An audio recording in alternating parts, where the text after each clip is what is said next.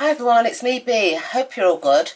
So I thought I'd hop onto this hashtag that's been going around. I first saw it on Tarot by D, but I think the person that started this hashtag was LadyKnight of Avalon. And it's a 10 question hashtag. It's called hashtag shoppingfortarot. Okay, so let's crack on. So question 1 is, what was the last deck you bought and why that one? Okay, so the last deck that I bought was called the Children's Tarot. It's this one here. It's the Children's Tarot, The Young and the Young at Heart by Julianne Victoria. It's a 22 card major arcana deck, and it's aimed at children or people who are young at heart. And I bought this deck to teach my 3-year-old granddaughter's tarot. Okay, so question 2. What's your decision process when you're buying a new deck? Mainly for me, it's the aesthetics, so I have to be connected to the visual aspect of the deck. Also, I tend to look at reviews in the forms of flip throughs and stuff like that before I make up my mind, but normally it's just the visual kind of aspect of a deck. Question 3. What are deal breakers in a deck that keeps you from buying a deck? Ooh, I've got quite a few deal breakers. Okay, so it can be particular cards in a deck that can kind of throw me off a deck. So I'm just going to show you a few cards here. So for example, I look for certain cards like the Strength card, so that has to be a good card for me. The Sun card, the Ten of Wands,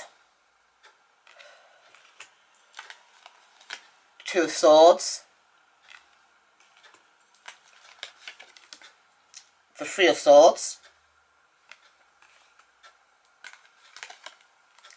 the Ten of Swords, and the Nine of Pentacles. So that's one deal breaker. Those cards have to be visually pleasing to me.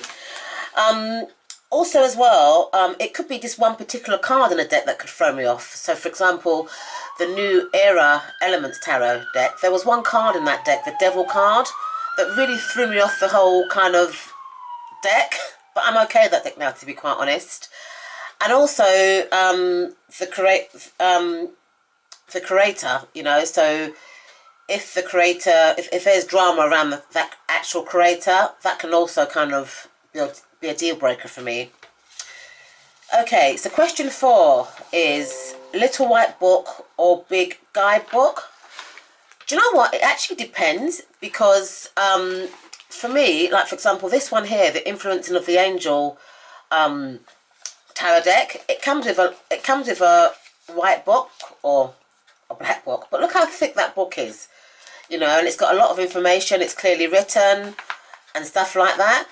So what I mainly look out for really is the information, yeah, in the guidebook or the little white book, and does it display the author's reasons behind the cards? 'Cause that's the main thing for me. I want to know the author's kind of interpretation of the cards, and also it's got to be clearly written. So I don't really mind as long as the little white book or the guidebook has sufficient content in there.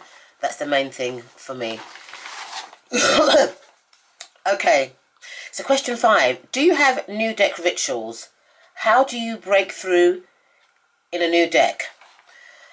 I don't have rituals per se, but one thing I do like to do when I get a deck is check to make sure that all the cards are there. So I look through the cards and make sure that all the cards are there.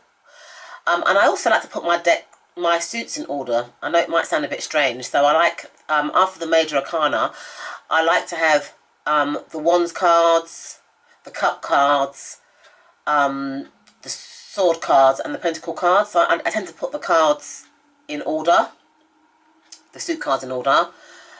And if I'm going to work with a deck or do a review on a deck, I tend to sleep with it at night time for about 3 days. So I tend to wrap it in a silk cloth and sleep with it. And also as well, I tend to like, you know, flip my cards through Policento just to cleanse them out and stuff like that. So that those sort of things I like to do. Okay, question 6. Have you ever been disappointed after getting a deck because it looked or felt different than expected? And bonus question, have you ever been pleasantly surprised by a deck after getting it?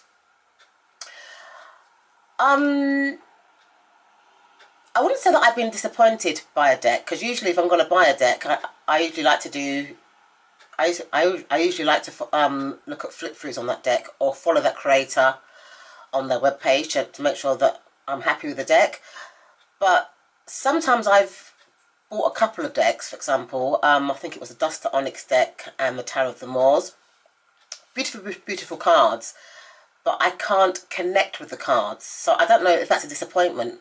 Maybe it is. So I've had those sort of experiences where I just can't see the stories behind the cards. And a deck that has pleasantly surprised me, believe it or not, is this deck here. It's called Miss Cleo's Power Tarot. Very cheap deck. I think I picked this up on eBay for about £5. I'll just show you through these cards actually. But it's a really kind of like powerful deck. So these are the backs of the cards.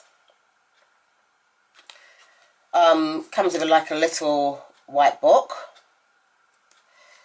Cardstock is very, very thick. It's kind of Rider-Waite inspired with an Egyptian feel. But the reason why this deck presently surprised me is because it was made out to be like a gimmick. So I just thought it was like a gimmickal kind of deck.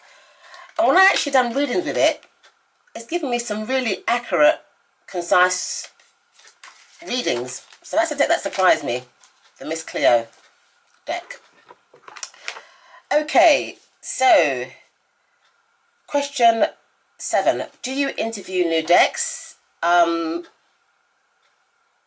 only tend to interview a deck if I'm going to work with it. And I use the Katie Flowers interview spread. Question 8. Do you ever buy decks for specific purposes? Not really. I mean, I've got different types of decks. So I've got like softer decks. I've got like angel decks. I've got like children's decks. But I buy them more for preference rather than for specific purposes. Okay, so question 9 is, do you differentiate between decks you buy for yourself and decks you would use for other people? Not really. I mean, I do have decks that I'm a bit possessive over. One of them being this one here, which is the Afro Goddess Tarot deck. I mean, this deck I tend to use for myself, or if I use it for other people, it tends to be for telephone readings. I want to let people shuffle that deck. They can cut it, but they can't shuffle it. But apart from this deck, no, not really. Okay, so the final question, which is question 10. What is one thing you wish decorators would do more of or stop doing? I wish decorators would stop giving you a downloadable PDF for instructions and put in a guidebook. Because let's face it, a lot of the indie decks are not cheap, and I don't understand why they just can't do a little white book as part of the package, because sometimes you don't always have access to a printer, and if you do, you know, you have to print it out into an A4 folder, which is not very portable. So that's one thing. And I just wish that the cardstock was thicker.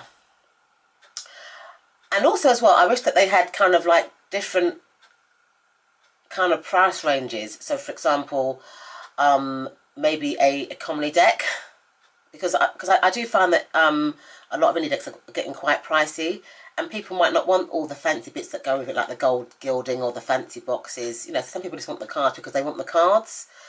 So that could be a thing. Maybe do more of a budget type of deck. But apart from that, that's about it really. Okay, so that's my hashtag tarot for shopping. Thanks for watching, and I'll see you in my next video. Bye.